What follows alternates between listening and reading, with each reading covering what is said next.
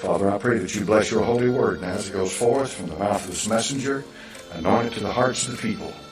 And Father, it will not return into thee void, but it will accomplish that which you please. Father, I pray that you bless your holy word, and as it goes forth. In thy name I pray, amen.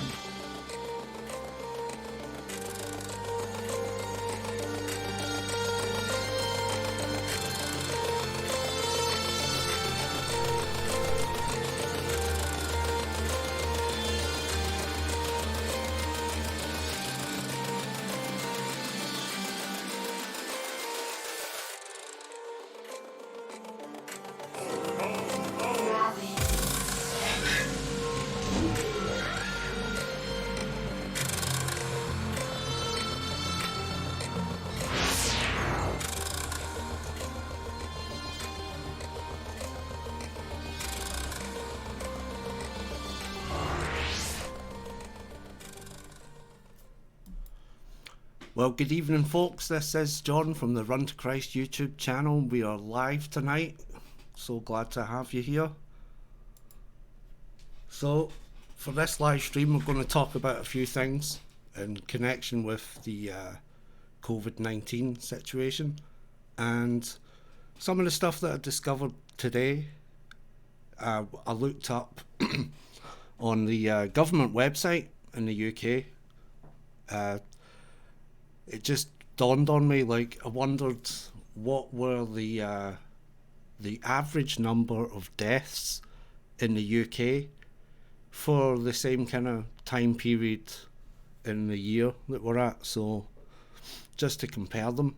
So I thought I'd look that up, and I went on the government website and I got some information regarding that. So I went to the website and downloaded this thing here, right? It says monthly deaths, England and Wales, deaths that occurred between the year 2001 and 2018. And it's a downloadable file. You can download it here with this link highlighted. I'll put that in the chat for you. And you can check it out for yourself. You can download it yourself. Oh, one moment, that's the wrong thing. So I downloaded this, and if you don't have Microsoft Excel Office, you can get this online Excel viewer, and that's what I use to look at the stats. So here's the link in the chat for that website, the government website. You can download it yourself, and we're going to have a look at some of the numbers, and you'll get an idea of what the kind of normal occurrence of deaths for a particular month. And we're going back from 2001 to 2018. So that's a long time, and you've got a lot of numbers to compare, but we're only going to just check through the month of March, because I chose that month because we've just passed March and now we're a little bit in April. So by selecting March, we can have a sort of idea of what to expect for 2020. So this is the Excel spreadsheet.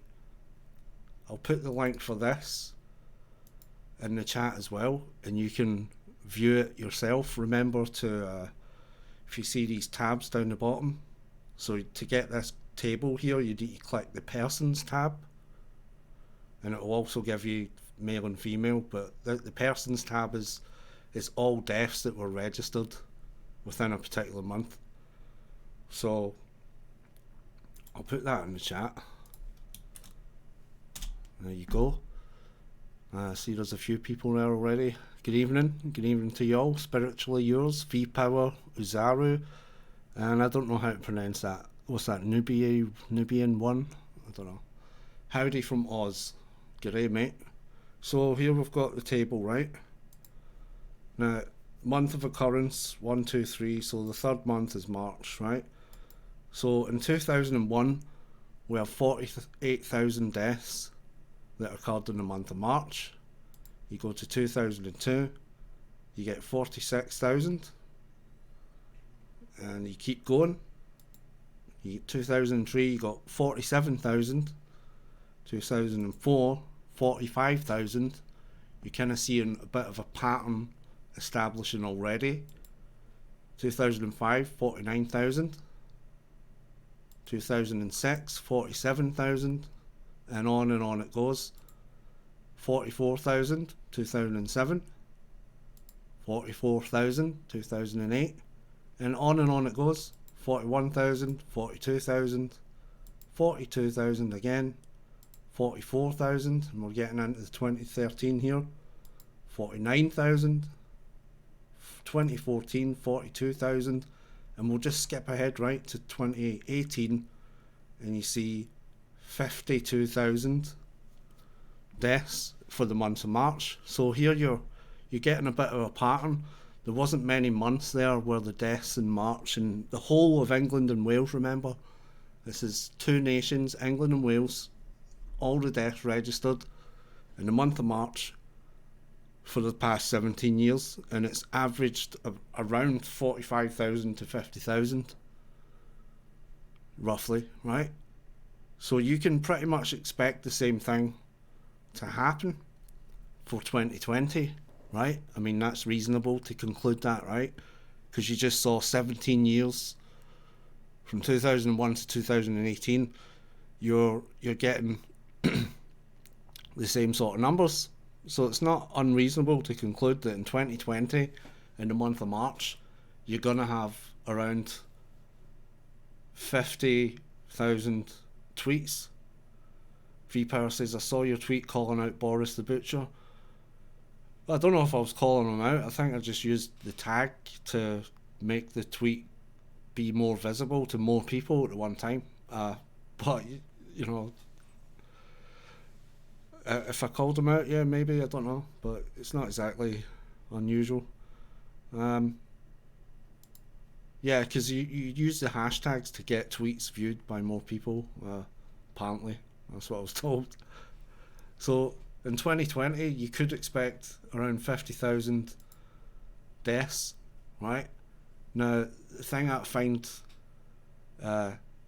what's startling about this is that when you add on the coronavirus deaths, right, because these are deaths that normally wouldn't have happened in the past 17 years, right, because the coronavirus wasn't around. So this is what you've got. Now you get 8,000 or so deaths reported so far in the UK, and that's spread out across, you know, February, March and April, right? So February, March and April, probably if you added up the days, it would maybe be just over 2 months a time span. So late February all the way through March, and then the 11 days that we've had so far in April.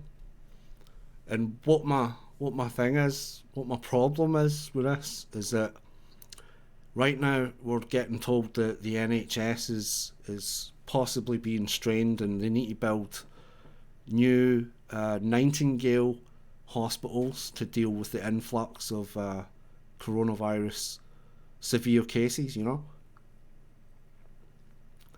And so what we're told is that there's 66,000 tested positive, and you know, of course, they're not all hospital admissions. It's only people that are severe cases that go to hospital. They have breathing difficulties and so on. So my problem is, if these 8,000 deaths occurred between the end of February, March and the beginning of April, then why can't the NHS, considering that we've got however many hospitals in the entirety of England and Wales, that'd be a lot of hospitals. I'm wondering, right, maybe somebody can explain this to me somewhere in the chat. Maybe you're watching this video later on, I don't know. But if you can come up with a reasonable explanation about why the NHS is so overstretched apparently at the moment, when the normal amount of deaths that you can expect in the month of March is 52,000. Now, any reasonable person would say, well, perhaps all those deaths, they weren't all necessarily deaths that occurred in hospital, right? That's not what I'm trying to get at. So with these 50,000 people that normally die in the month of March, how many of them were like accidental deaths that, you know, they didn't go to hospital or whatever, they just got took straight there and put into the morgue and whatever else, you know, so they didn't require any hospital treatment. There's no way of knowing that unless you correlate the information. But if you have 8,000 extra deaths because of an unknown virus that's apparently spreading around the country, right? Why can your healthcare service not cope with another 8,000 deaths? Especially when we're under lockdown and pretty much all kind of accidents and health problems that require an immediate emergency, say, to go to the A&E, surely those are cut down to a very bare minimum during these times where we're locked down the past 2-3 weeks. You know, so what is causing the hospitals to be overrun? If they're saying that 8,000 people have died, how many more were in hospital at the time? You know, was there 10,000 people in hospital and now 8,000 have died? Was there 20,000? Just exactly how many severe cases have been admitted to hospital and then died in hospital, for example? How many? They're telling us 8,000 people died. How can the NHS not cope with these figures? How it just doesn't add up to me. Because if your hospital is full up with patients, then and there's more coronavirus diagnosed and they're needing hospital treatment, they would go to hospitals that aren't full up. You know, it's just common sense. So not everywhere around the UK is actually badly affected by the coronavirus. This area that I'm in Kent, there's around approximately 200 to 300 people that allegedly have tested positive for the coronavirus. Now there's quite a number of hospitals in this area. You know, there's one just up the road. There's one further down near Maidstone, but you know, I fail to see how these hospitals can't cope with a couple of hundred people. Now, those couple of hundred people might not even be diagnosed. They might not have needed hospital admission, you know, because how many of the 200 to 300 are cases which need hospital treatment? Like, for example, you've got Boris Johnson, who was,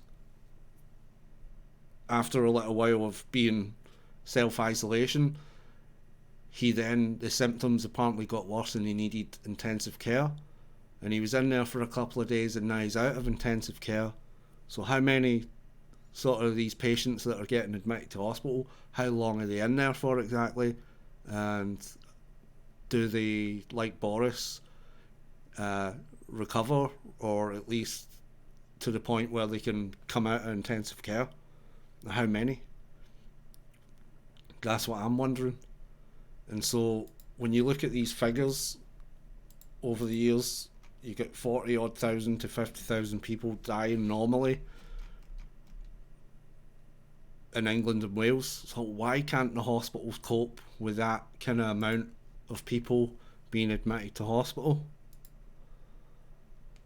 You know, I just don't understand. And if anybody can give me an explanation, either in the chat or you're watching this video later, leave your explanation down in the comments, because I would honestly like to hear somebody explain why the NHS cannot cope with around 8,000 hospital admissions from coronavirus, and they have passed away because of it, and that's the number that they're reporting right now. It's around 8,000.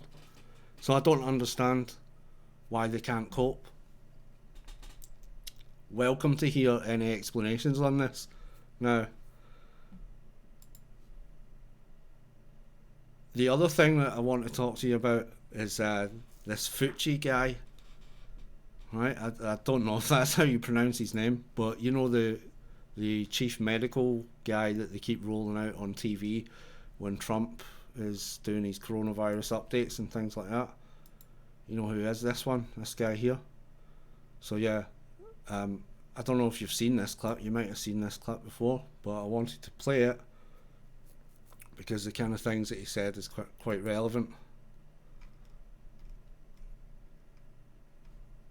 So yeah, let's play the clip. Just to add a comment to that, because, you know, having been through other serious issues, particularly the very painful early years of HIV, AIDS, when people talk about conspiracy theories, you will always have conspiracy theories when you have very challenging public health crises. They are nothing but distractions. You know, I can assure you, we have so much to do to protect the health and the welfare of the American people that I would just hope we just put those conspiracy stuff and let somebody write a book about it later on, but not now. Dr. Brooks. So yeah, he comes out and he says, no, let's not talk about conspiracy theories because we've got lives to save. We were in a crisis. Write a book about it later, but just not now because we're busy, you know. They completely want to direct your attention away from conspiracy theories or anybody that's kind of questioning the narrative and coming up with their own. I'm not saying a made up narrative, but they're questioning the official narrative, which then invokes a secondary narrative that seems more plausible than the one that they are presenting, you know. And this guy, V-Power says it's pronounced Fauci. Yeah, probably Fauci. So Dr. Fauci, he's been around for a while, quite a while. And it's interesting if you pay attention to what he said there. He mentioned HIV and conspiracy theories, right? So around this point. Years of HIV. Yeah. Early years of HIV, AIDS, when people talk about conspiracy theories. The very painful early years of HIV, AIDS, when people talk about conspiracy theories. So, do you know what he's talking about? He's talking about the time where he was around where HIV and AIDS, you know, if you remember back when that was like the latest scare. And, you know, I remember as a kid, like, they'd have these scary adverts on the TV, and I didn't know what anything it was about. It was just like, oh, there's this virus, there's this disease going round, and the TV's telling you, you know, how you can't catch it, or these kind of things. But I mean, there was no lockdown there, right? There was no lockdown at that time. They didn't say don't go out your house or you could catch AIDS. You know, they didn't say any of that. But Fauci was around then, and he was one of the doctors involved in the big debate. I don't know if you're aware of it, but there was a big debate about what caused AIDS, and the official sort of scientific narrative for that is that AIDS is caused by HIV. And you might think, oh, well, that's right. I've heard that before. Hi, Abby. How you doing? Yeah, I'm very well, thank you. God bless you. Thank you. And I hope you're doing well also. So glad that you can join us. And so this Fauci guy was involved in the HIV AIDS debate, okay? Now, there was another prominent scientist who was involved in that debate, and he would be called a dissenter or a HIV AIDS denier, you know, and he's still kind of labelled that to this day. But the interesting thing about who that person is what I want to talk about. So, because when you research this guy's name, you find out that him and Fauci, or whatever his name is, you know, cross paths. And let's just say he doesn't like Dr. Fauci. So the guy in question, you may have heard this information before, I don't know, but the guy I'm talking about is Mullis. Now, this guy is a Nobel Prize winner for chemistry, and it says here, for his invention of the polymerase chain reaction, or short PCR, a simple technique that allows a specific stretch of DNA to be copied billions of times in a few hours. Now, what relevance does this have other than HIV and AIDS? Well, you see, this guy, because he invented this test, this is the test that they're using to determine whether or not you are COVID-19 positive or not. And this guy, Mullis, not only opposed the idea that HIV causes AIDS, he also said that this kind of test that he invented is not really suitable for determining whether you can detect a virus in somebody's system. Right? Now that's pretty interesting, right? I mean, if the whole world is basically using this PCR test to determine whether people are positive or negative for COVID-19. Now, if I was to go into some of the scientific methodology and what they're doing, it would probably be really boring, right? It would probably be boring. But if you read it yourself, you can determine that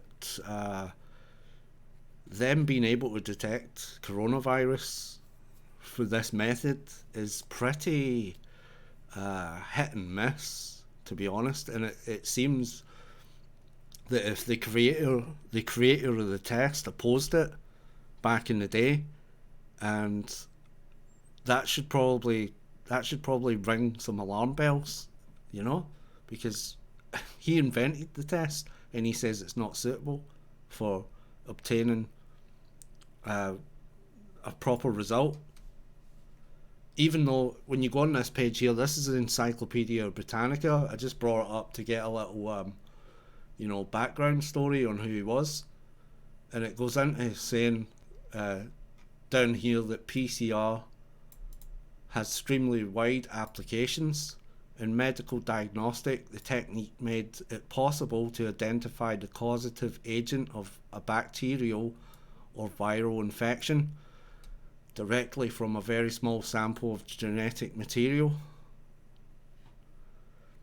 And so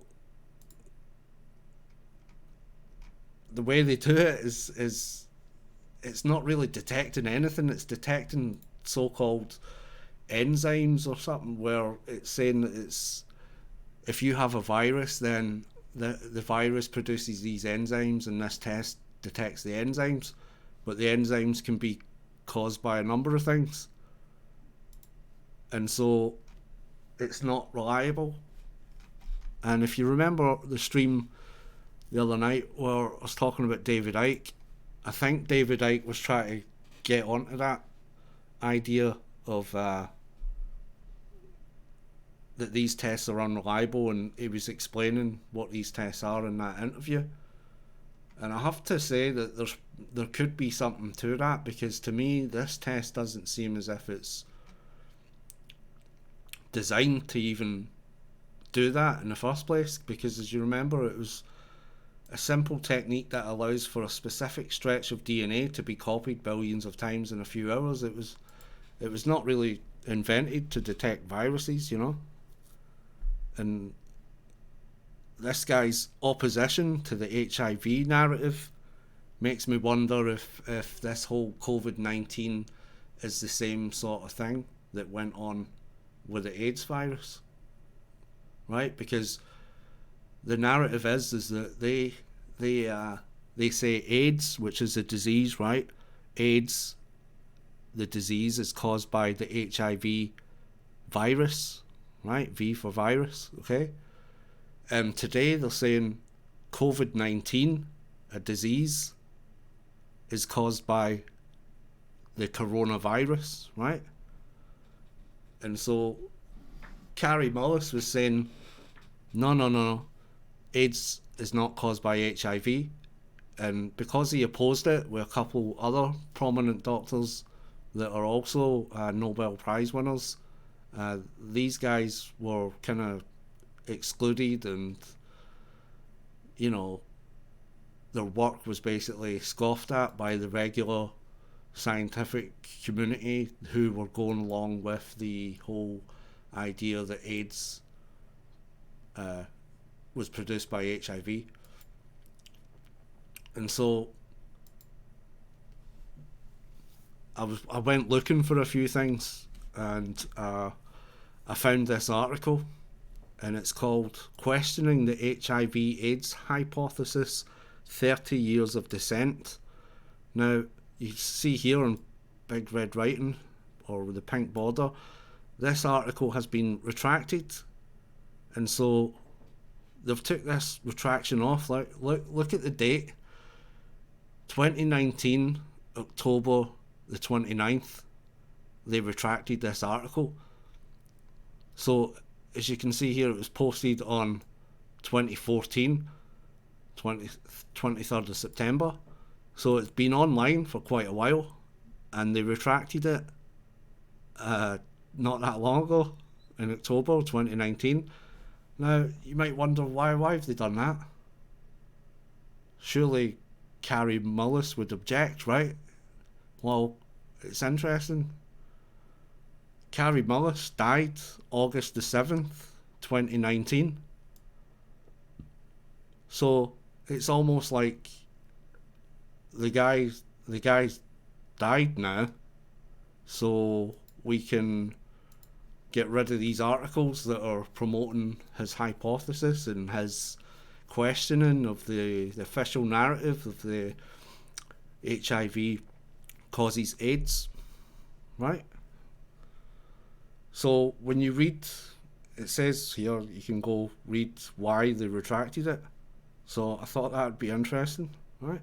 So I looked at that, and here it is: retraction questioning the HIV/AIDS hypothesis, 30 years of dissent. And this is from the editors at this place. So I'm going to read some of this out to you. In 2014, Frontiers in Public Health published an article by Dr. Patricia Goodson, Texas A&M University, questioning the HIV/AIDS hypothesis, 30 years of dissent.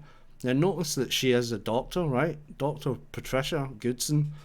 The article was submitted under our hypothesis and theory article type, and purported to review the most salient questions raised alongside theories proposing non-viral causes for AIDS.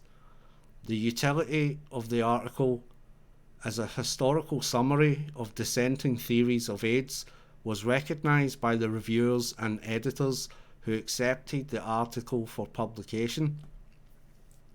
Within days, several formal complaints were received by our office, and in accordance with our complaints protocol, we submitted these to a group of editors-in-chief for their expert opinion. Based on their advice, Frontiers took 3 actions. Now notice, remember what I said, this article was published in 2014 and it wasn't taken off until October in 2019. So they then said within days of the article being published, they got complaints and they submitted it to their group of editors for their expert opinion. And they took 3 actions, but how long did this take for them to come to a decision to retract it? It must have took a fair bit of time, right? So they get these 3 points here. The article type was changed to opinion to better reflect the subjectivity of the subject matter and to clarify to the scientific community and a broader readership that the work was not one of empirical basis, right? So they're discrediting it, it's just an opinion. 2, most importantly, several invited critical commentaries were published and linked directly to the published opinion article. These commentaries situated the original paper within the context of unsupported fringe theories on HIV and AIDS. They were intended to ensure that all readers understand that the causal link between HIV and AIDS cannot be called into question. So they're basically saying you cannot question this narrative, you see, and they're saying that commentaries were written against it, calling it unsupported and fringe theories, when the people who are opposing these the idea that HIV causes AIDS were actually Nobel Prize winners. You know, the guy Carrie Mullis, sorry, he was a Nobel Prize winning chemist who invented the PCR technique, which is being used right now to diagnose COVID-19. And he said it's not for that kind of thing, it's useless. And their third point is Frontiers published a statement to clarify our decision concerning the above 2 points. Frontiers intended that by classifying the publication as an opinion, with the critical commentaries would offset the potential risk that AIDS denialists would misrepresent the publication as scientific evidence to support their discredited claims. See, they're saying that their claims are discredited. They're saying that they're AIDS denialists, you know, and they're talking about these AIDS denialists are Nobel Prize winners, you know. So to just disregard what they're saying is just it suggests that there's an agenda behind the whole thing that happened with HIV and AIDS, because the mainstream scientific dictatorship is saying to you, no, AIDS is caused by HIV. And by the way, how do you think that they did HIV diagnosis? How do you think that they did that? Well, they used Carrie Mullis's polymerase chain reaction test. That's what they used. So I think as a community we might need to go look at the whole HIV AIDS thing again and refresh our memories about what actually happened. Because I don't know about you, but I was just a kid when that happened, so I don't really remember it all properly, you know. And you know, they were using HIV drugs to treat COVID-19. I don't know if you remember this, but they were doing that in China. And I believe Singapore might have done that as well.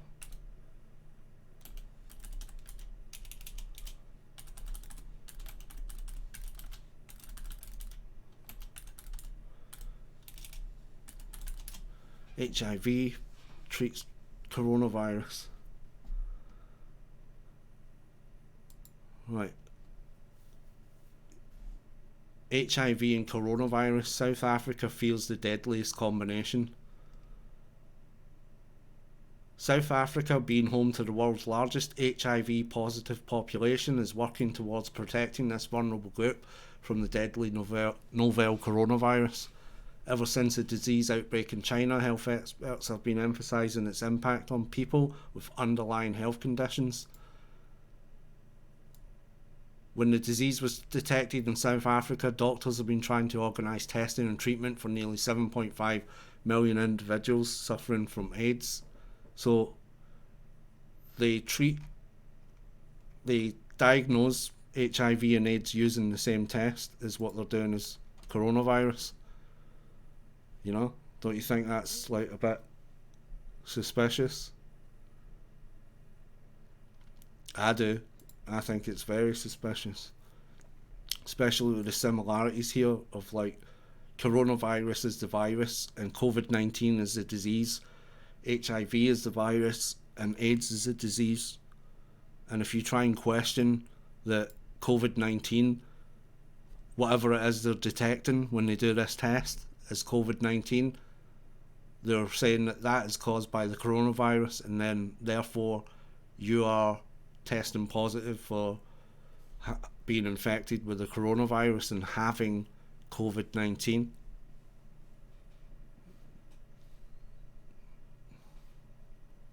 It's actually kind of mind-boggling what's going on right now. I'm going to show you this in a little bit. This is the Boris Johnson UN speech, which is very, very interesting. So I'm going to look for a video here that I was watching earlier that I just remembered about.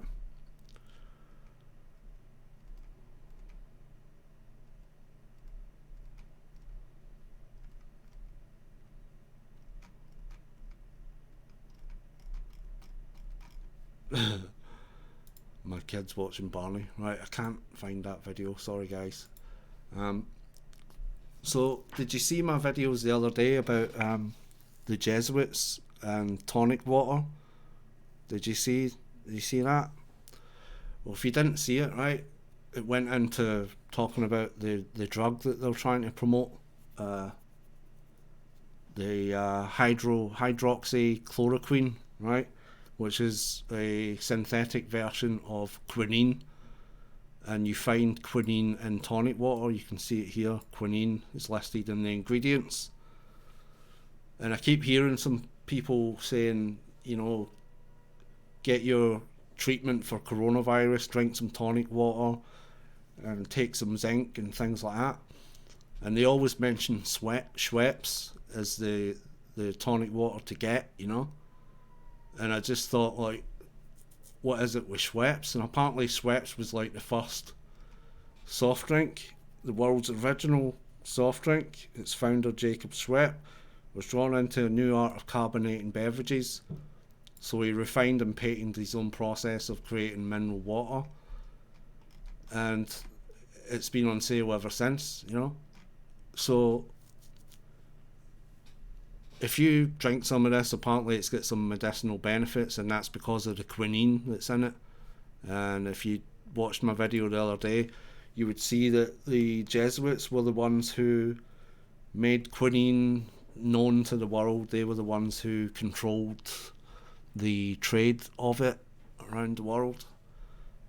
And they took it everywhere, even as far as China. It's also known as Jesuit's bark because it's cut from a tree.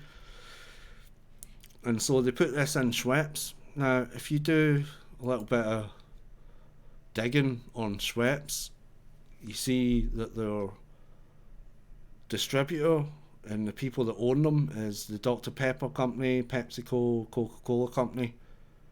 And they're originally from Geneva, Switzerland, right? And if you go on to the Dr. Pepper page, right, and you see who owns them, you come down here, parent company, JAB Holding and Mondelez International. So JAB Holding has got 67% shares in Dr. Pepper, who owns Schweppes, who in their drink have quinine, and I'm pretty sure Canada Dry probably has, I think that has quinine in it as well. So if you check out JAB Holding Company,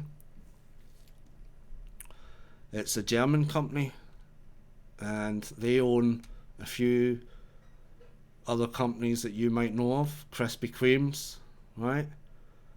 Jacob's Dow Egberts, it's a coffee brand. I actually drink that, it's good coffee.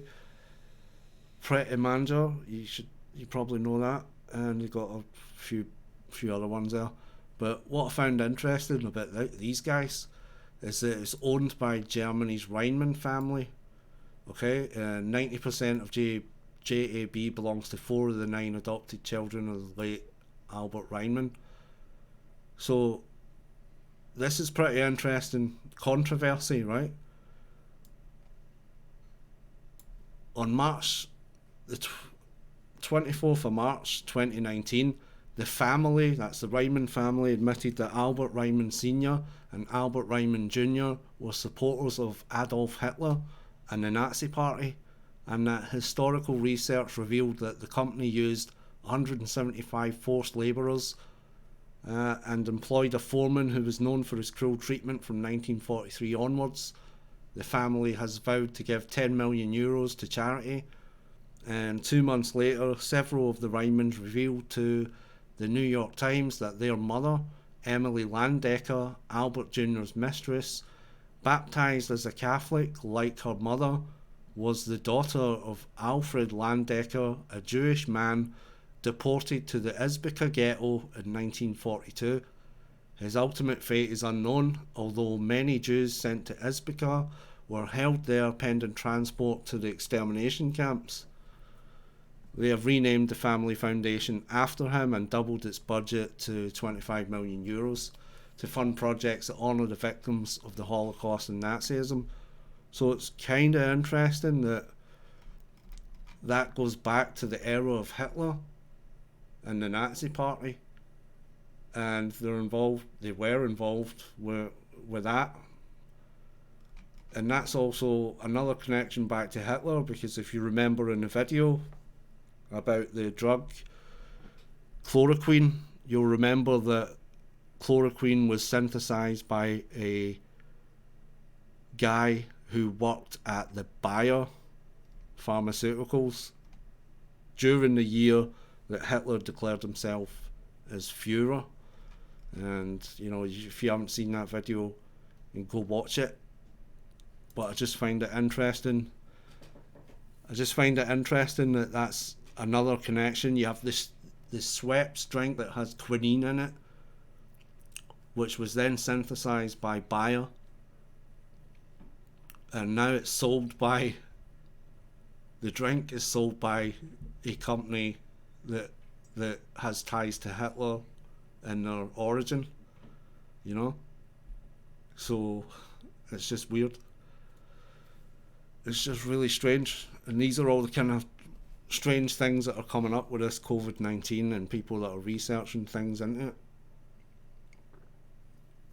You know, what does it mean? What does that prove? You know, I don't know. Maybe it proves that whether you're getting the whether you're going to get the vaccine that they're going to push, or whether you're going to go and drink some Schweppes, for example, because both are being pushed on TV and social media, right? You got the media promoting, you know, get your chloroquine down you. Trump is promoting that, and you've got other guys who are maybe alternative media are saying go drink some tonic water, right? So on both sides, no matter which one you choose, if you choose to drink the tonic water or get some natural Jesuit bark, or you get the vaccine that Bill Gates is going to push through Bayer or somebody else that he's connected to, including your man here, you know, what's his name, Fauci, right? He's connected to Bill Gates as well. He's connected to the H.I.V controversy, as he said here. He got upset about it, you know. Talk about conspiracy theories. You will always have the very painful early years of HIV. Very painful, right? So he was bothered by it, and he's calling it conspiracy regarding the HIV thing, when really the dissenters, as they're called, AIDS deniers, right? The dissenters were Nobel Prize winners like Carrie Mullis, you know. So no matter what you do, whether you get a drink of tonic water or, you know, you take the Bill Gates, Fauci, whoever, Bayer vaccine, the same people are making the cash, you know what I'm saying?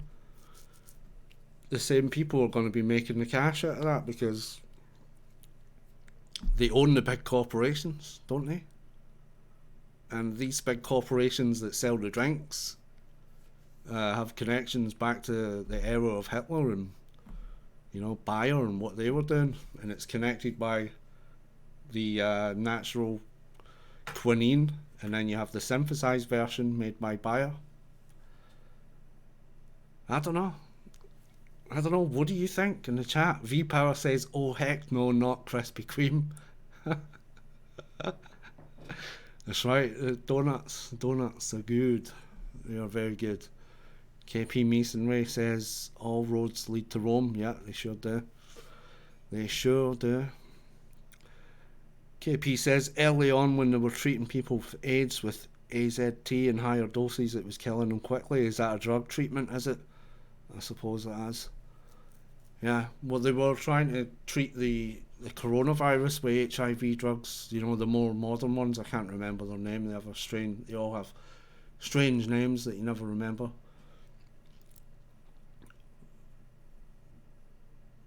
She's Love 58 Lynn says Bay was the company that sold UK aspirin leaves with HIV. Yeah, that was in one of the videos that I did about 3 or 4 days ago. That was kind of part one of a 2-part sort of little series kind of thing. They're very similar in style. So part one's it basically tells you about the Bayer HIV laced drugs or AIDS laced drugs that they dumped on Europe, and the second part followed that up with info into the synthesized drug, you know, the chloroquine and the hydroxychloroquine. Blah, blah, blah. You try saying that really fast, you know what I mean? I mean, seriously, these names. But yeah, I just thought that what I've been doing today and the things that I've looked up, and with the UK deaths and this Carrie Mullis guy, I'm still going to be doing a bit more digging into this character, because I believe that what he was doing in opposing the AIDS and HIV narrative back in the 80s, that needs to be looked at, because it's his test, which wasn't really designed for testing for viruses, but they're using it for that anyway. The PCR test, right? That's what's being used to diagnose coronavirus. So it is really, really important that we check out everything that he did and said about the HIV and AIDS controversy. I think that would be really important. So with that, I think I'll show you the Boris Johnson speech. I don't know if you've seen this, but he did this 25th September last year. I myself did not see this speech. I heard that he was speaking at the United Nations,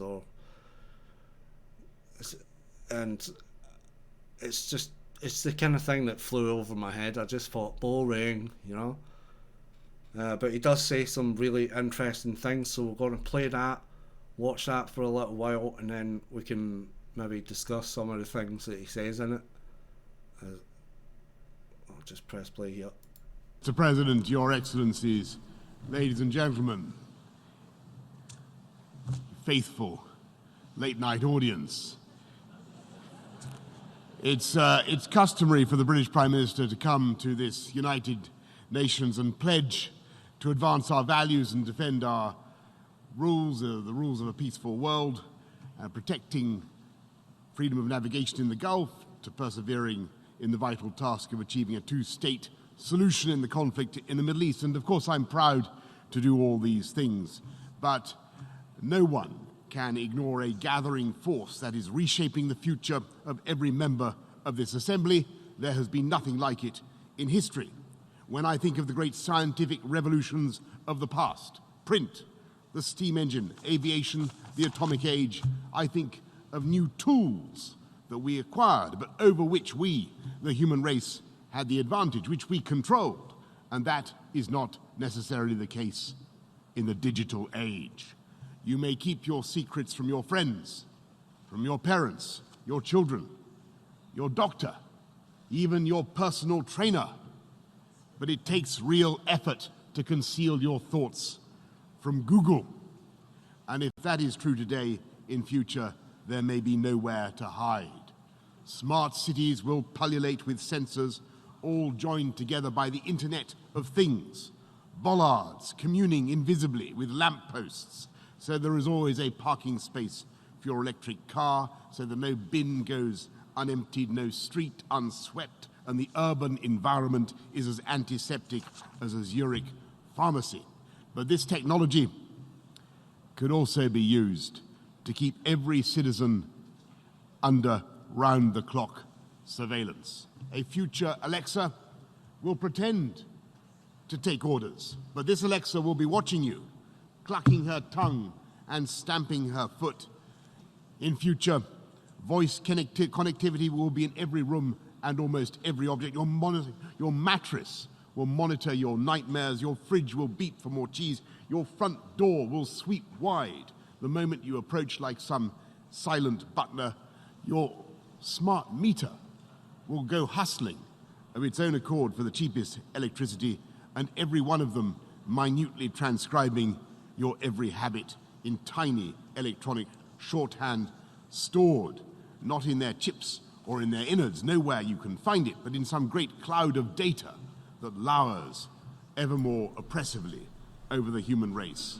A giant dark thundercloud waiting to burst, and we have no control over how or when the precipitation will take place. And every day that we tap on our phones or work on our iPads, as I see some of you are doing now, we not only leave our indelible spoor in the ether, but we are ourselves becoming a resource, click by click, tap by tap, just as the Carboniferous period created the indescribable wealth, leaf by decaying leaf, of hydrocarbons. Data is the crude oil of the modern economy, and we're now in an environment where we don't know who should own these new oil fields. We don't know who should have the rights or the title to these gushers of cash, and we don't know who decides how to use that data. And can these algorithms be trusted with our lives and hopes? Should the machines, and only the machines, decide whether or not we are eligible for a mortgage or insurance, or what surgery or medicines we should receive? Are we doomed to a cold and heartless future in which computer says yes or computer says no, with the grim finality of an emperor in the arena? How do you plead with an algorithm? How do you get it to see extenuating circumstances? And how do we know that the machines have not been insidiously programmed to fool us or even to cheat us? What a speech so far, right? I mean, some of that is really relevant, and he seems to be expressing a lot of concern for where technology is headed, and that seems to be the main takeaway from what he's talking about so far. Because when you listen to the next bit and the things that he says, if you've not seen this before, it's going to be quite blow your mind moment. Because I think Boris has used this time to send a message, at least, of intent. But he does say some worrying things about his opinion on vaccines, which we'll get to. I'll play the rest of it. We're already using all kinds of messaging services that offer instant communication at minimal cost. And these same programs, platforms, could also be designed for real-time censorship of every conversation, with offending words automatically deleted. Indeed, in some countries, this happens today. Digital authoritarianism is not, alas, the stuff of dystopian fantasy, but of an emerging reality. And the reason I'm giving this speech today with this slightly gloomy proem is that the UK is one of the world's tech leaders, and I believe governments have been simply caught unawares by the unintended consequences of the internet, a scientific breakthrough far more reaching in its everyday psychological impact than any other invention since Gutenberg. And when you consider how long it took for books to come into widespread circulation, the arrival of the internet is far bigger than print. It's bigger than the atomic age, but it's like nuclear power in that it's capable of both good and harm. And of course, it's not alone. As new technologies seem to race towards us from the far horizon, we strain our eyes as they come to make out whether they are for good or bad, friends or foes. AI. What will it mean? Helpful robots washing and caring for an aging population, or pink-eyed terminators sent back from the future to cull the human race? Interestingly, if you remember from a couple streams back, we talked about DeepMind and how they were a British company that was then bought by Google. And so British company AI Intelligence is partnered with Google, and their AI systems have administrator level access to Google servers. So I thought I'd drop that in there because Boris mentioned AI, and what exactly is it going to do? Is it going to be used for good or evil? And he compares it to the atomic age. What will synthetic biology stand for? Restoring our livers and our eyes with miracle regeneration of the tissues like some fantastic hangover cure?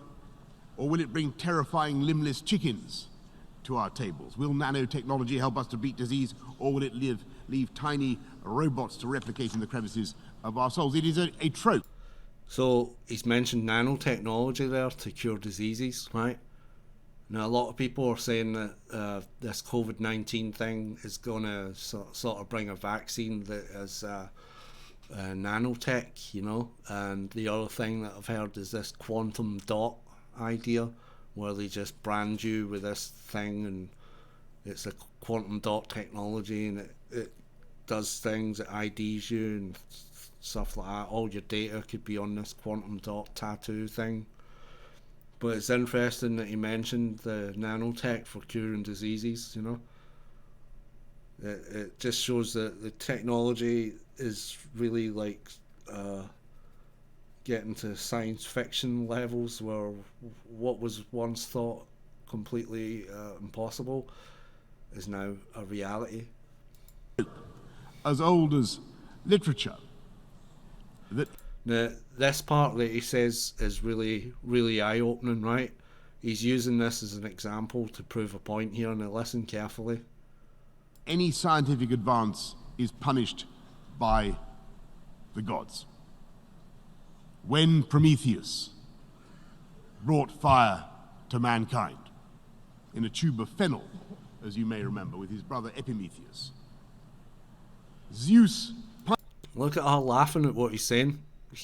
You know, it's the mockers, right, that let things go completely over their head and they miss the point.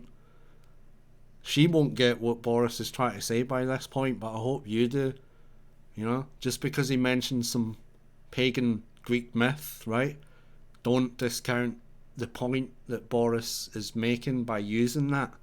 You know, much like the Apostle Paul used a pagan poetry to make a point to the Ephesians, you know, right? So we'll rewind that a little bit, because this is probably the best bit out of the whole speech, because the point he makes with it is relevant and startling. The gods. Caring for an aging population, or pink-eyed terminators sent back from the future to cull the human race.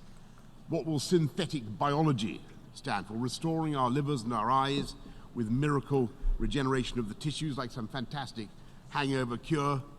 Or will it bring terrifying limbless chickens to our tables? Will nanotechnology help us to beat disease, or will it leave tiny robots to replicate in the crevices of our souls? It is a trope as old as literature that any scientific advance is punished by the gods. When Prometheus brought fire to mankind in a tube of fennel, as you may remember, with his brother Epimetheus, Zeus punished him by chaining him to a Tartarian crag while his liver was pecked out. I talked about a hangover cure. His liver was pecked out by an eagle, and every time his liver regrew, the eagle came back and pecked it again. And this went on forever. A bit like the experience of Brexit in the UK. if some of our parliamentarians had their way. In fact, it was a standard poetic practice to curse the protos heurates, the person responsible for any scientific or technical breakthrough. If only they had never invented the ship, then Jason would never have sailed to Colchis and all sorts of disasters would never have happened. And it's a deep human instinct to be wary of any kind of technical progress. In 1829, they thought that the human frame would not withstand the speeds attained by Stephenson's rocket. And there are today people who are still actually anti-science. A whole movement called the anti-vaxxers, who refuse to acknowledge the evidence that vaccinations have eradicated smallpox, and who, by their prejudices, are actually endangering the very children they want to protect. You see, that's the most, disturbing bit of his speech, right? He's giving it the whole anti-vaxxer talk. And he's saying those who deny the evidence, right? So there's a connection there to the things that we're talking about earlier, about, the scientific narrative branding Carrie Mullis an AIDS denier because he questioned the conclusion that HIV causes AIDS, right? So when Boris says anti-vaxxers, the thing that I would point out to Boris is like, but Boris, who exactly do you mean by anti-vaxxers? And he says it's those who deny the science, right? But he's talking about a specific group of people because he's generally talking about the type of people who are like, they would probably get called conspiracy theorists or whatever, truthers, or, maybe even Christians, right? But the thing is, for years, ever since vaccines came out, there's been groups of people that are anti-vaccine, and it might be because of religious reasons, like the Jehovah's Witnesses, for example. They don't take vaccines and they don't use other types of medical treatments because they believe that, they should just leave it up to God's will, right? And things like that. So they don't take vaccines. And they've been around for a long time, right? Vaccines and Jehovah's Witnesses, they've been around for a long time. But nobody attacked the Jehovah's Witnesses for being anti-vaccine. That's what they are, right? But he's talking about people who are on the internet and this movement that's sprung up that's now labelled the anti-vaxxer movement, right? Nobody bats an eyelid when the Jehovah's Witnesses were denying vaccines for years. No, I don't want vaccines, thanks. And nobody said, oh, well, you're causing problems. But now it's like some big movement. They want to shut it down with a narrative. And this is the only problem that I have with Boris's little speech here, But he does have some indications that this person, Boris, could be reasoned with, with a good argument for like, I don't want to take the vaccines because of, I'm religious reasons or whatever, Because you could use the example of the Jehovah's Witnesses and he might get it. But whatever, that's the worst part of the speech, but I'll play the rest of it. And bear in mind his point about Prometheus.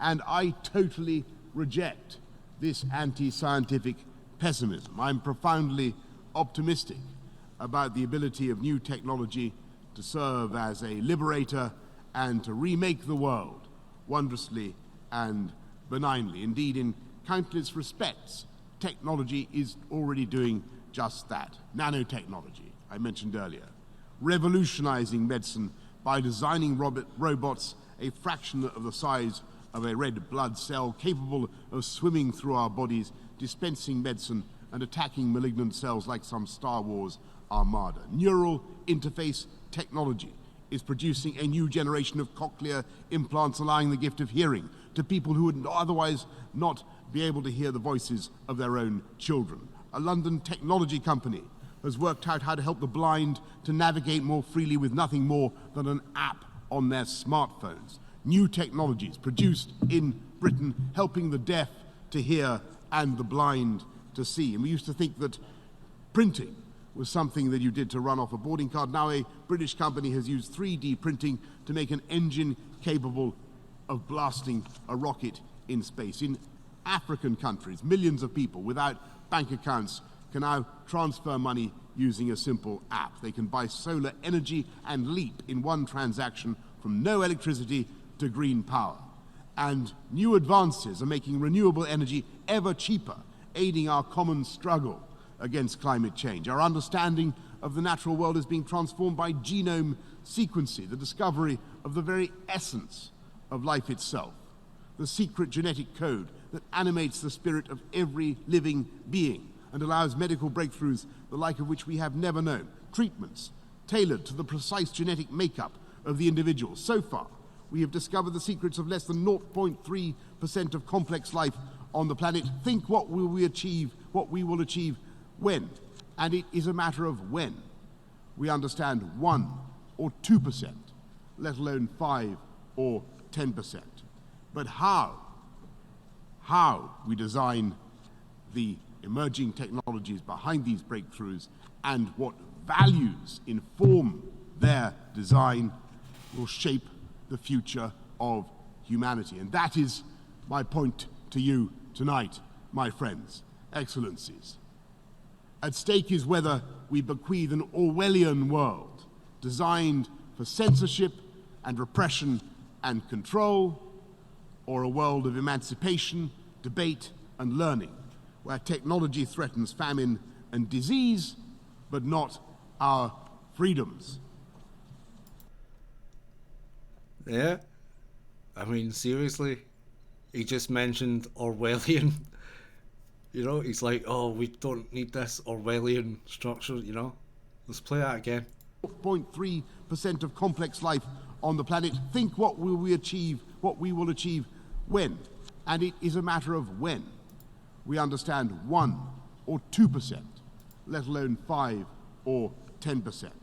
But how we design the emerging technologies behind these breakthroughs and what values inform their design will shape the future of humanity. And that is my point to you tonight, my friends, excellencies.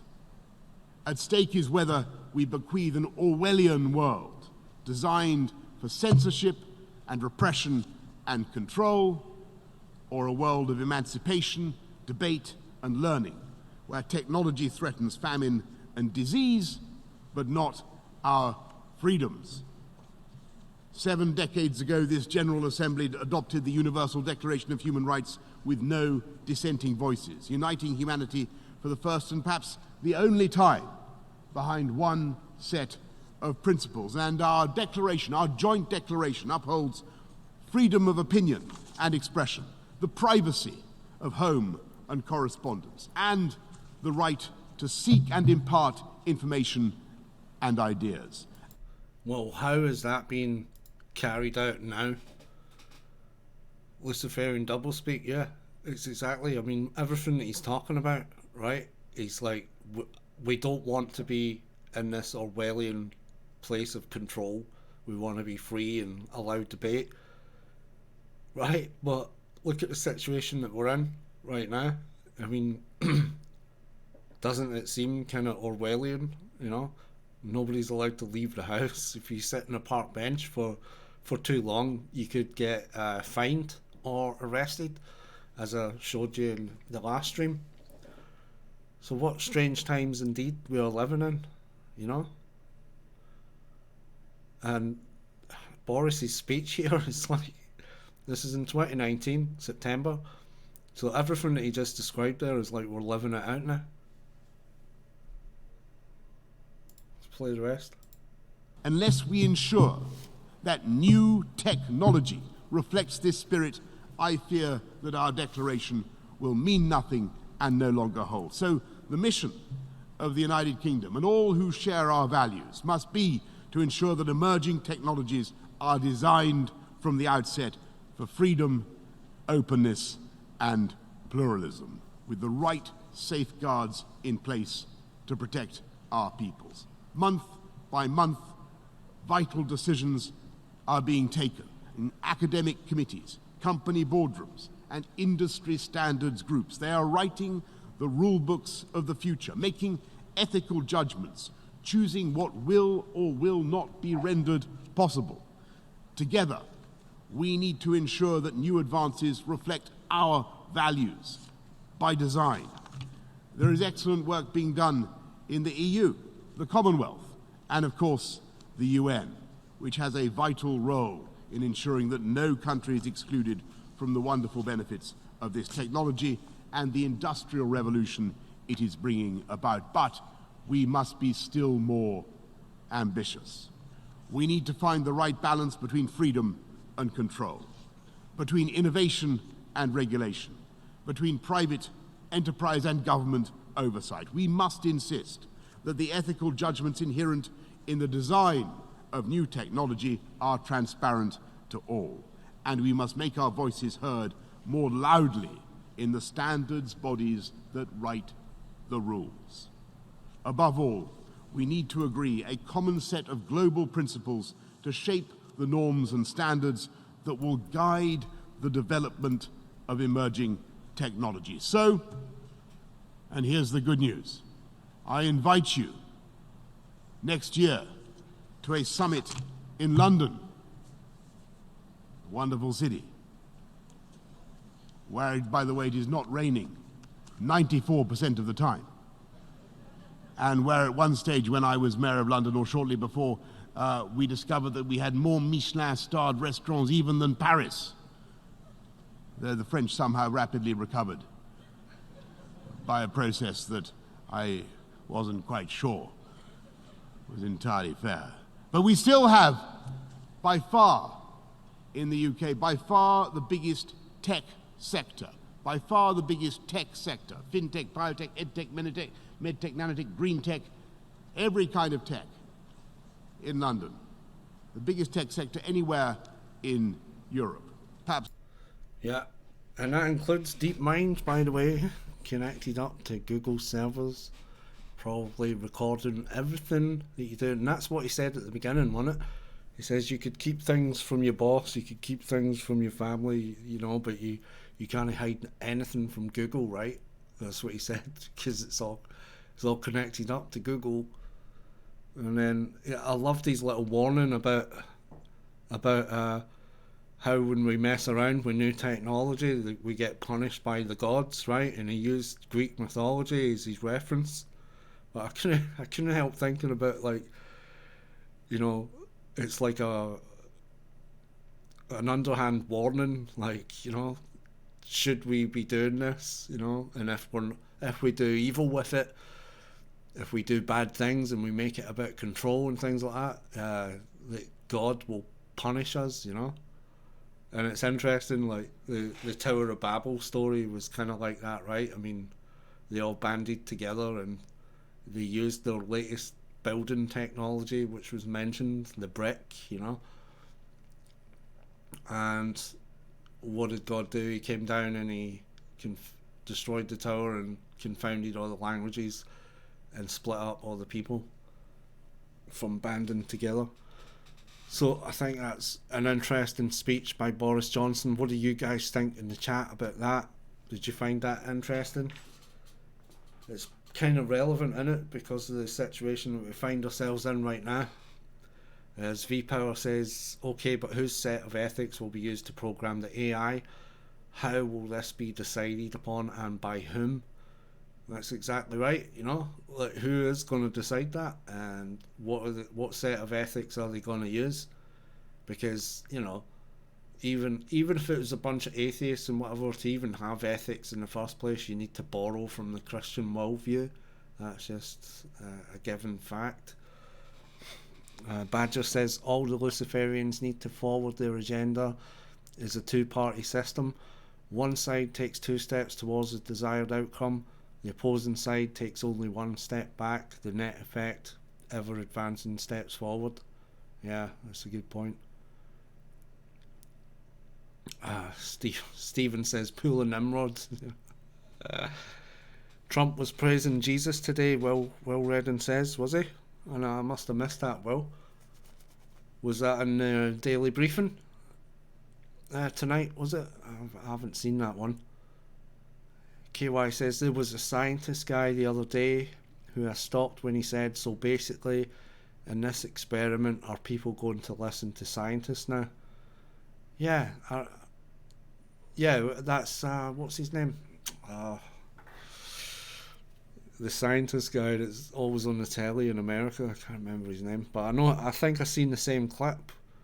It's like it's an experiment, and the experiment is whether you're going to listen to us scientists, you know.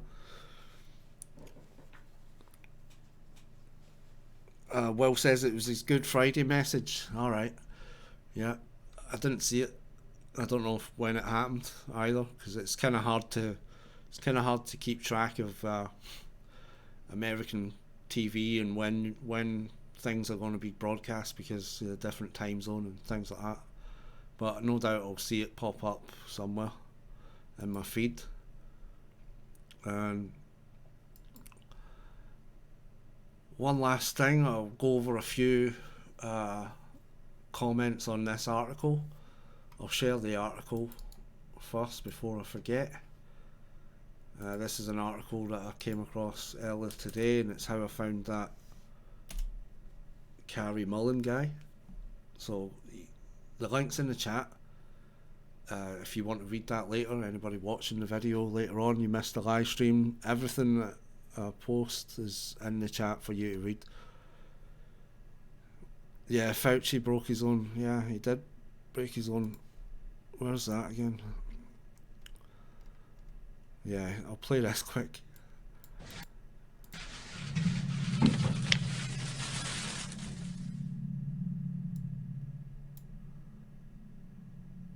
Watch him here.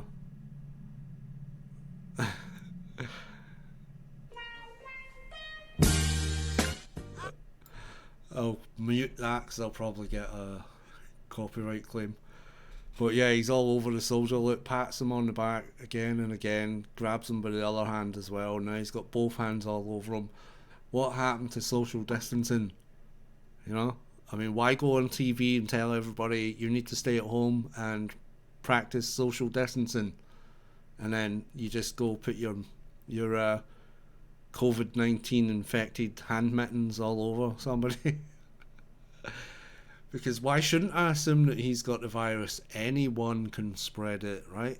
So if we're all supposed to assume that everybody's got it and you have to keep your distance and whatever else, then why is he not doing that?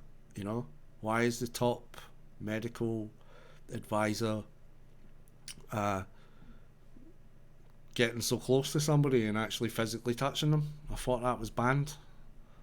And it's not the first time either, because the Scottish, the chief Scottish medical advisor who's on all the COVID-19 adverts, government adverts on the TV, saying you need to perform social distancing and you need to stay at home to save lives for the NHS and things like that. So, and then she was caught going to her second home 40 miles away in a different county in Scotland. She was photographed and all that. There was a big uproar about it, and you know, so there you got, by her actions, she's saying that you can go out whenever you want as long as you stay away from people and perform social distancing, because that was her excuse. She was like, well, I was social distancing, so I was fine, you know. So she's basically saying, go out, you can, it's safe to go out and just stay away from people, you know. Like, so why should we all stay in our houses? And Stephen says, do as I say, not as I do. Yeah, that's pretty much it, isn't it? That's what they're doing. So yeah, this article here, just wanted to go over a few things in this. So the inventor of the corona test, right, as I said earlier, Carrie Mullis, this article's got a few quotes from Carrie that are quite interesting. So the first one is, scientists are doing an awful lot of damage to the world in the name of helping it. I don't mind attacking my own fraternity because I am ashamed of it. And that's Carrie Mullis, inventor of the polymerase chain reaction. So you have Carrie, as I said earlier, he was opposing the HIV narrative back in the day. And he was a staunch critic, as it says here, and an unlikely Nobel laureate. He was a genius, right? So, in fact, there's a little video here. Maybe I should play that. You guys want to see this video? This is Carrie Mullis talking. Let me see the chat. You want to see this video about Carrie Mullis? I think you might find it interesting. Yes? No? I'll just play it, and then if you complain, then I'll stop it.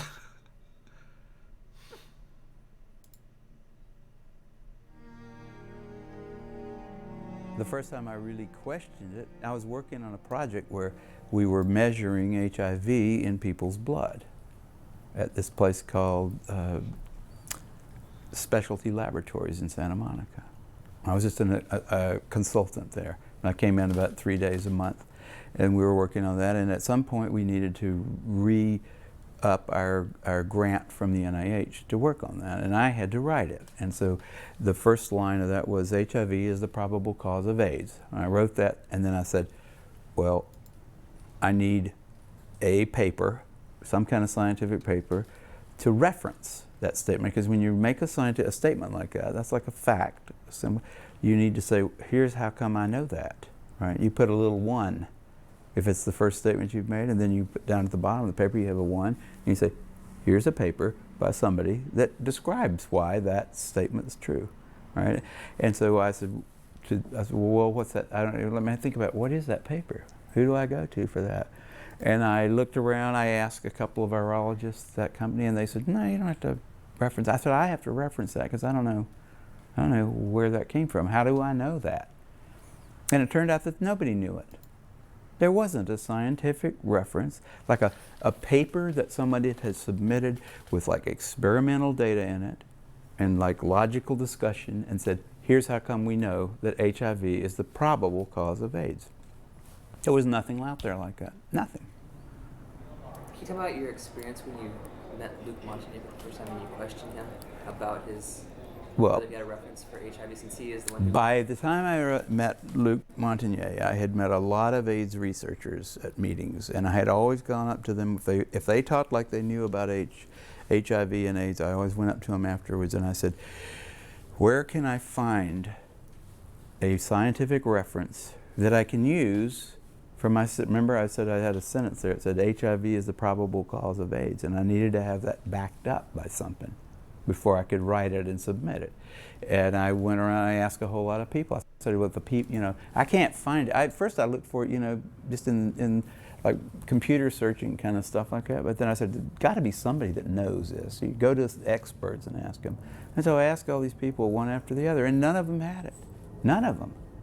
And I was getting really freaked about that. That's when I first started saying, they don't know. Nobody really knows. This whole thing is a big sham. It's ridiculous. But then finally Montagnier came to there was a special little seminar down in San Diego where an old friend of Robert Gallo's, Flossie Wong-Stahl, was opening up a Department of AIDS research down at San Diego. They had lots of money involved, federal money, and they had Montagnier come there and give a talk. And after that they had a little wine and cheese thing, and I went over to Montagnier afterwards and I said, Dr. Montagnier, I can't find a reference. I can't find a reference to go with the statement, HIV is the probable cause of AIDS. I'm sure you can help me.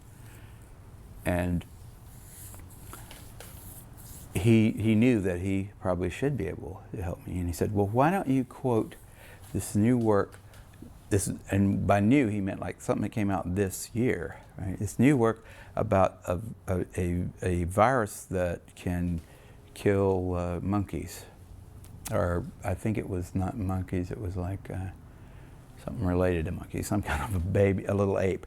And I had read that and I said it was like supposedly going to be a model system for studying AIDS, that somebody had figured out some kind of retrovirus that passing it back and forth between various mammals, they could finally put it into chimpanzees and kill them. And it killed them in about a week. and it didn't kill them in any. There was nothing like AIDS there. You know, it doesn't kill you in a week. It was just totally ridiculous.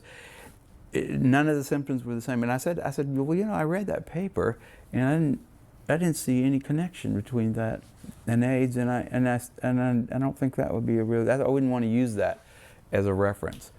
And I don't remember exactly what he said, but I know he walked away. Oh, no, before he told me about that paper, he said, why don't you use the NIH, like the CDC report?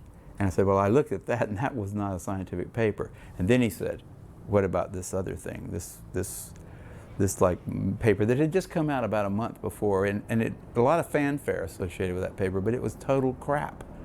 It was like, yeah, if you get $2 million, you can figure out how to kill a primate with a retrovirus. So what? Doesn't have anything to do with AIDS. It didn't look like AIDS. It didn't smell like AIDS. It wasn't AIDS. It was just like, got a retrovirus that can kill a chimpanzee. So what? So I didn't get any more out of him. He walked away after that. And the people standing around, by the way, who were his colleagues there, looked at him like they were thinking he should come up with a better answer than that. But he couldn't, and he just turned around and walked away. I really thought he'd have an answer. I really did. I mean, that was my last, I was right at the edge of my faith in the system, but I thought Montagnier will know why he thinks HIV causes it, and he'll tell me. He'll say, because of this study, you know, but he didn't have that.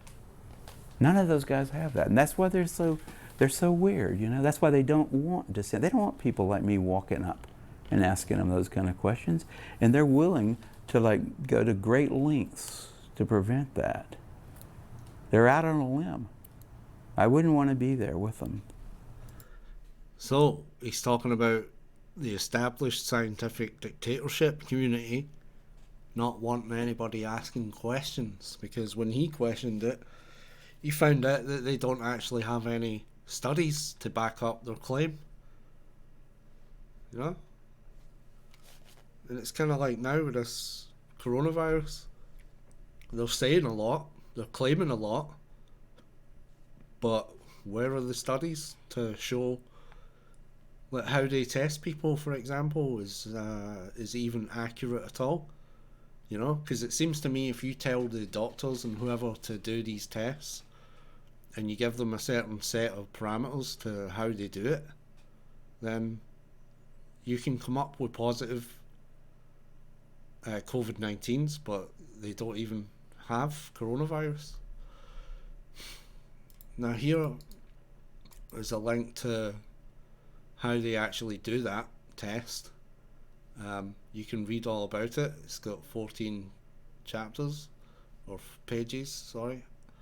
And I'll stick that in the chat for anybody that's interested that might watch this video later, or you guys now. You can maybe learn a few things, I don't know. Maybe it's too scientific, but you can see that they have certain chapters like quality control and limitations and some summaries, and I would definitely read at least those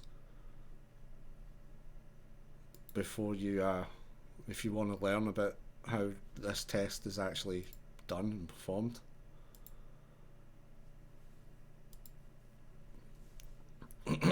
So he was an outtake from an article I published in Spin in 1994 about Callie Morris, PCR, HIV and Tony Fauci.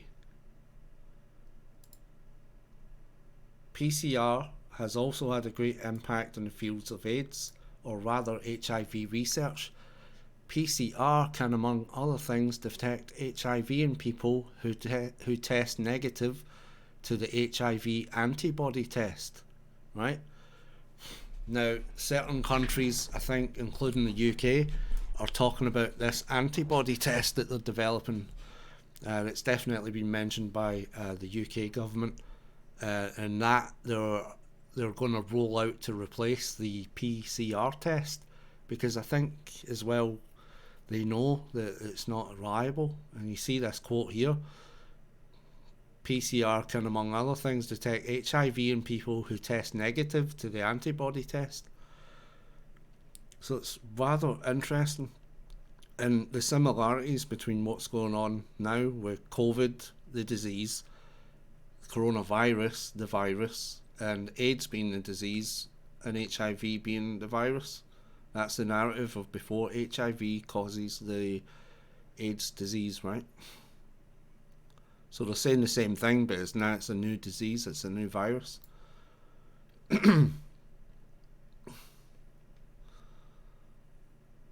And I'm just going to scroll down to some of these interesting bits where he's talking about stuff. I just an email. Right, yeah. Here we go. The test finds fragments nucleic acids from an email Gary Mullis to the widow of boxer Tommy Morrison, whose career and life was destroyed by an HIV test, and who litigated ferociously for years against test manufacturers. Dr. Mullis wrote on May 7, 2013, PCR detects a very small segment of the nucleic acid which was part of a virus itself. The specific fragment detected is determined by the somewhat arbitrary choice of DNA primers used, which becomes the ends of the amplified fragment. If things were done right, infection would be a far cry from a positive PCR test. You have to have a whopping amount of any organism to cause symptoms. Huge amounts of it. Dr. Raznik, a biochemist, says you don't start with testing, you start with listening to the lungs. I'm skeptical that a PRC test is ever true. It's a great scientific research tool. It's a horrible tool for clinical medicine. 30% of your infected cells have been killed before you show symptoms. By the time you show symptoms, the dead cells are generating the symptoms. So if you can imagine the COVID-19's alleged, or coronavirus alleged asymptomatic period where it's not, you're not showing any symptoms. It lasts for quite a while, but the virus is developing. So where that leaves that there, you know. And the article here mentions some of the celebrities that have got tested positive for COVID-19, including Tom Hanks, Sophie Trudeau, Prince Charles, and now Boris Johnson as well. And so it's funny how they all had mild versions of that, you know, but tested positive. Could it be that when they got tested, that this test was unreliable and it gave a false positive? It's more than possible. So you see here, this goes on about the HIV virus again. So this is, in any case, those tests were not built on a gold standard, which means purification of an actual virus. Purification means the pathogen has been separated from all else. HIV co-discoverer and Nobel laureate Luc Montagnier, or don't know how it's pronounced that, famously told journalist what were these names? In an interview, I repeat, we did not purify. So the guys that discovered HIV, right? They said that they did not purify the virus. So they've never separated HIV. They've never purified it. You know, it was never separated from anything else. It was and is a laboratory artifact, a set of lab-tortured antigens around which a test was built, a test which shattered countless millions of lives because people watched TV and believed what they were told. They didn't get a chance to hear what Carrie Mullis or dozens of other real scientists had to say about the supposedly deadly retrovirus HIV. Nothing was proven before it was asserted. This became the norm. It's the new normal, paving the way for the situation we are in now. Global viral communism. And that's quite a good term for it, I think. In the early 90s, PCR came into popular use, and Carrie Mullis was awarded the Nobel Prize for it in 1993. PCR, simply put, is a thermocycling method used to make up billions of copies of specific DNA samples, making it large enough to study. It's said that it's an indispensable technique with a broad variety of applications. The page goes on to say at my dismay that one of the applications for diagnosis of infectious diseases, but the inventor of it says otherwise.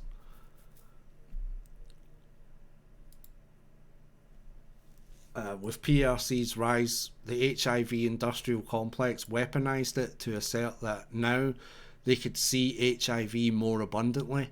Hence their maligned foe Peter Duesberg was toast, and it was Kary Mullis himself, an HIV dissenter, who rose to Duesberg's defence and said no, he isn't, he's not toast.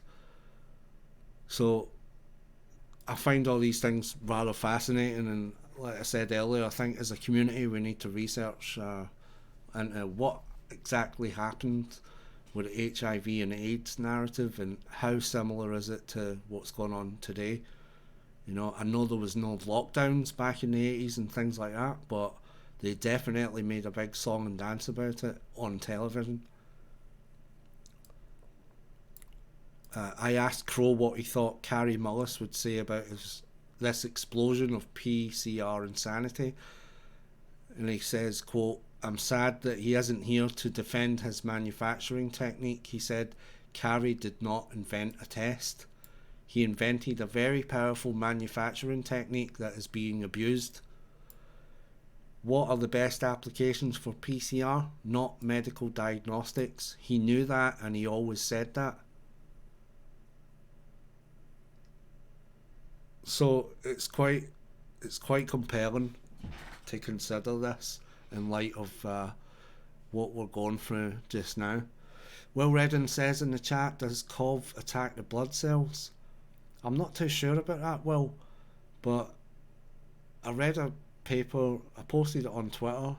I've been posting it since probably halfway through February, and it was a 2007 scientific publication by a number of scientists from China, and they were using a SARS-CoV virus, and they inserted HIV to this virus, genetically altered it, so that the SARS-CoV virus could bind to human cells, and the same sort of method as HIV attacks the immune system. You know, I guess that's what their thinking was.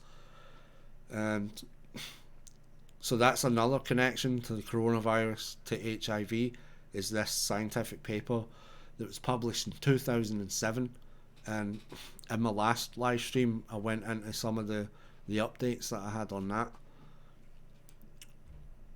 KY says, what HIV AIDS board is it that Burks is on?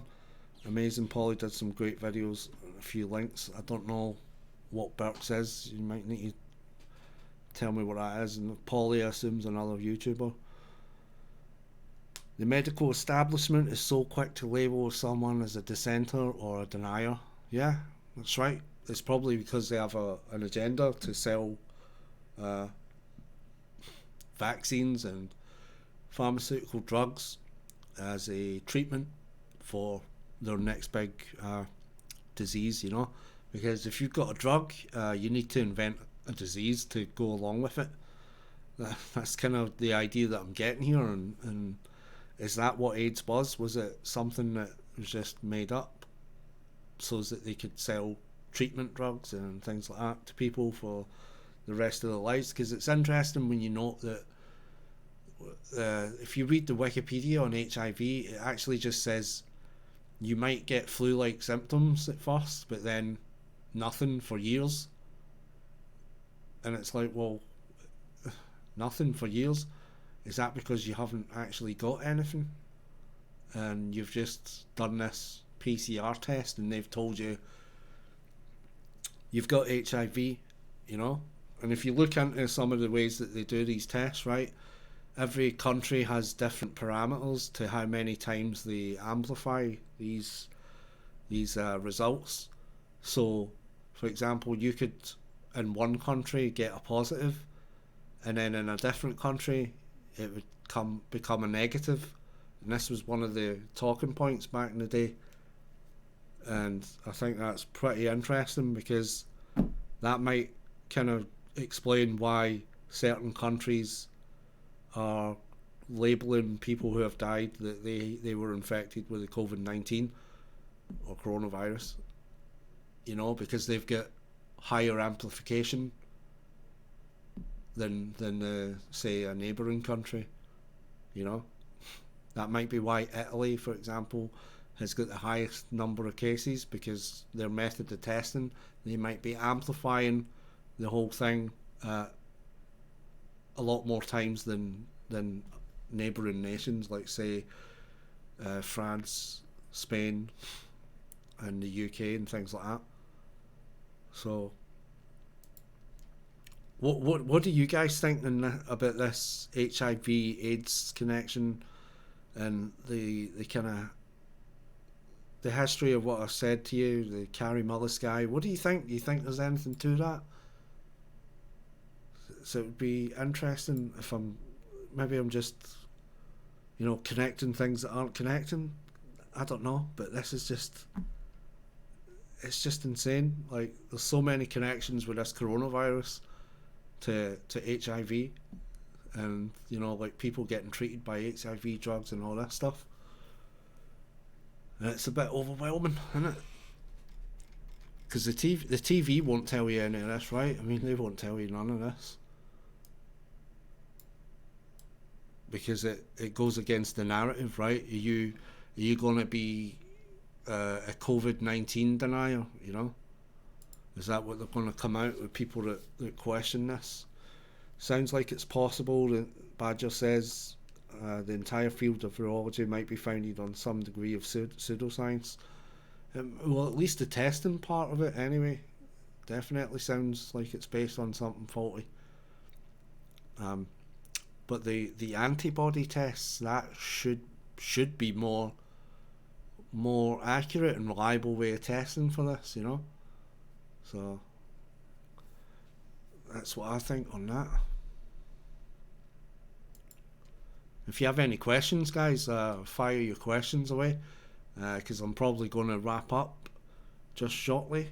So if you have any questions that you want to ask me, then fire them in chat, and I'll have a look, and hopefully I'll be able to give you an answer, as long as it's not too complicated. V-Power, definite parallels. Fauci connected the two for a read, yeah. I mean, that guy's definitely got his fingers in all this, and he seems very, very keen for people not to question this, to not come up with conspiracy theories, to not entertain conspiracy theories, things like that, you know. That's the first time I've seen that from any sort of medical advisor. I've not seen any British guy say things like that, but then again, when you watch the British ones, they seem, you know, the daily briefings, they seem very, you know, pre-thought out, you know, like the questions that the journalists ask, they seem to be selected on purpose, you know. Can you do a video on this connection? On the Fauci connected? Yeah, I mean, I don't know what else I could have to say on it, rather than, you know, maybe I could research more into it, or just put it into like a 5-minute thing. Is that what you mean? Like do a little short video that contains the information. I probably could do that. I mean, I'm planning on doing one on propaganda, so maybe I could work it into that. Propaganda, you know, concerning, you know, media and the coronavirus thing and stuff like that. So I could probably do a little 5-minute thing, yeah. Yeah, guys, so if there's no more questions, I'm going to wrap up now, because it's getting a bit late here in the UK. It's currently 3:20. You might be wondering, why do I do such late live streams? Well, it's just basically because when the kids go to bed, then I've got to set up and prepare, and then by the time I've done that, it's like going on midnight, and then, you know, I need to do thumbnails and stuff like that, you know. And it does take time, so by the time I'm sort of ready to do this, it's like 1 o'clock.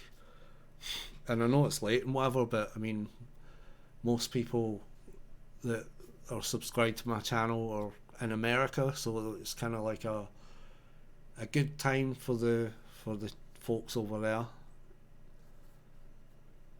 Check out Amazing Polly YouTube channel. Yeah, I'll check it out. Thank you. Yikes! Thanks for streaming so late for you. Yeah, well, like I said, I've got pretty much no choice really.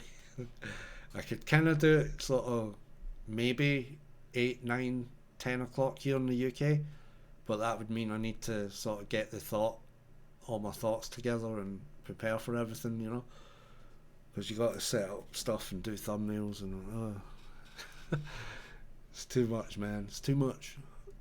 Thanks for the time. V-Power says, wonderful, thanks for the time and effort. Well, you're very welcome.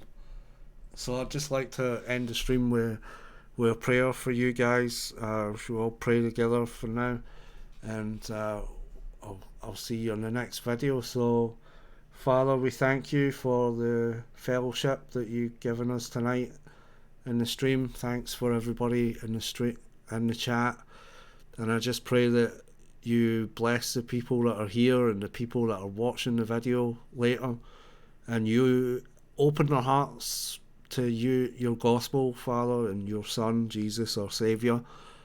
You open their hearts if they're not believers and draw them close to you. And all of us that are going through this global lockdown, please give us the strength and faith to reach out to other people and to cope with everything that's going on in the world right now, and just make our faith stronger.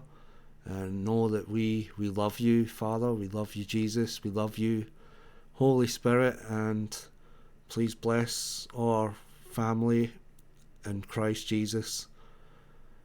In Jesus' name, amen. Thank you, folks. Thank you, folks, so much for coming. I'll probably see you quite soon, because things just happen every day, don't they? And I'll be here for updates whenever I find them. So hopefully you guys will be there when I put the notice out for the next stream. So God bless you all. Thank you for coming. Thanks to the mods. Thanks for watching. I'll see you all again very soon. Good night.